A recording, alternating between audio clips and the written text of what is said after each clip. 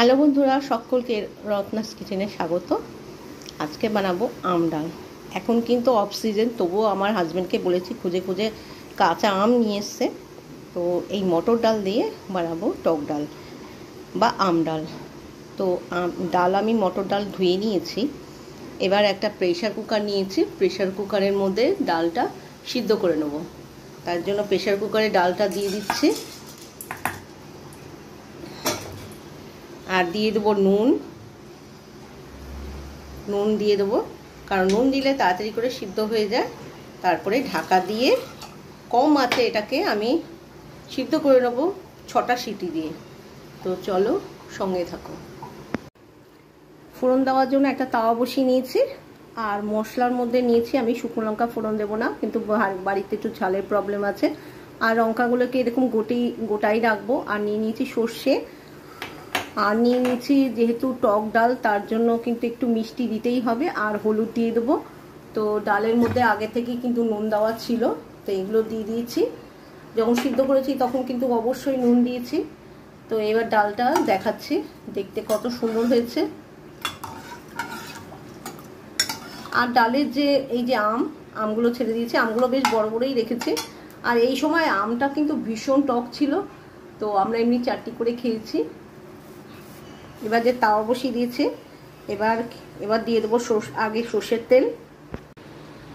ডাল কিন্তু সিদ্ধ হয়ে গেছে। আমি ডালটার গ্যাসটা ছেড়ে দেখাচ্ছি, ওপর দিয়ে বেশ জল রয়েছে। আর এখানে আমি আমটা সিদ্ধ করে নিয়েছি আলাদা বাটিতে।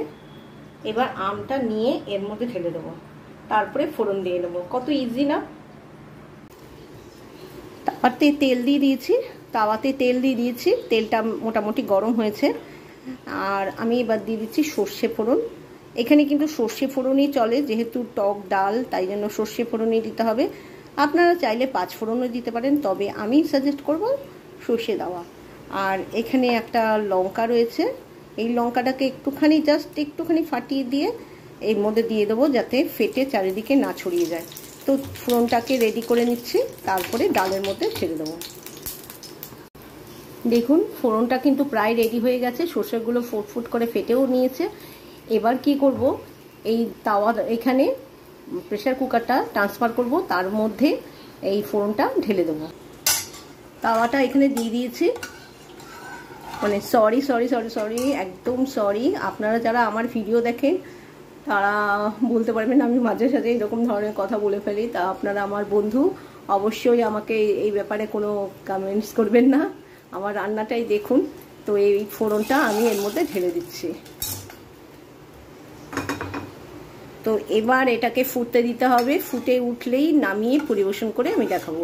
তো ফোটানোর জন্য অবশ্যই আমাকে অপেক্ষা করতে হবে। বন্ধুরা, আমি ডালটা দেখাচ্ছি যে কি সুন্দর কিন্তু ফুটে গেছে। এবার কিন্তু আমি এই কাঁচা লঙ্কাগুলো গোটা সহই কিন্তু এর মধ্যে ঢেলে দেবো। একদম কিন্তু রেডি হয়ে গেছে। সবার শেষে দিলাম, যেহেতু আমি বললাম যে ঝালের খুব প্রবলেম আছে, মানে ঝাল খেতে পারছে না বাড়িতে কয়েকজন। তো তাই জন্য তাদের কথা চিন্তা করেই এইভাবে করলাম। আপনারা চাইলে লঙ্কাগুলোকে একটু ফাটিয়ে দেবেন, তাতে খেতে আরও বেশি ভালো হবে। তো আমি পরিবেশন করি এবার দেখ। এর মধ্যে থেকেই পরিবেশন করতে বেশ সুবিধা হবে। তো আপনাদের এই পুরো রেসিপিটা কেমন লাগলো, সহজ সরলভাবে আমি দেখানোর চেষ্টা করেছি। আশা করি এইভাবে খুব তাড়াতাড়ি হয়ে যায়, আর খেতে কিন্তু কোনো অংশে কম হয় না, যেহেতু প্রেসার কুকারে ডাল সেদ্ধ করলে খুব সুন্দর গলে যায়। তো আম ডালের ক্ষেত্রে গলে গেলে খুব বেশি ভালো হয়। তো এরকম ধরনের রেসিপি পেতে অবশ্যই রত্নাস কিচেনের সঙ্গে থাকুন। আর ভালো লাগলে লাইক, শেয়ার, কমেন্টস করুন। আর যারা সাবস্ক্রাইব করছেন না, প্লিজ সাবস্ক্রাইব করে আমার পাশে থাকুন। ভালো থাকবেন, সুস্থ থাকবেন, বাই।